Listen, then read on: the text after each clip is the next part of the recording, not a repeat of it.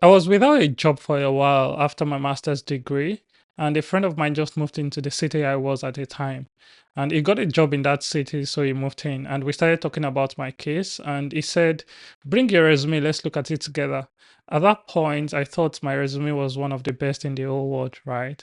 And I could see that it was nothing to write home about because I wasn't quantifying what I've done. I just said I did this, I achieved that, and all that, right? And they came to say you need to quantify those things. Like, okay, I wrote a 32-page report on the effect of this. I increased the turnover by 15%. I improved the efficiency of this by 10% and all that, right? And of course, you understand what I'm saying. And one thing I've also noticed is in career too, we find that same thing repeating itself after even we've gotten the job. Take for instance, you're the boss and you've given two of us a project to handle.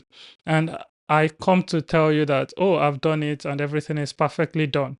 And the other party comes to tell you that, boss, I've been able to achieve this by reducing the delay by 20%. And in fact, I'm looking at how we can still reduce it further by 10%.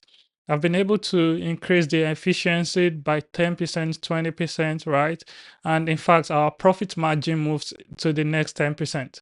Both of you have been able to achieve that same task and you've done it perfectly well, but definitely the boss would want to listen to one of you more. And your guess is as good as mine, right?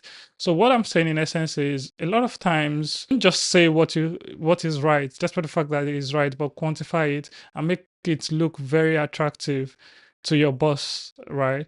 And I believe that would help. So, and one thing I also want to share from what I just said now is from my previous video.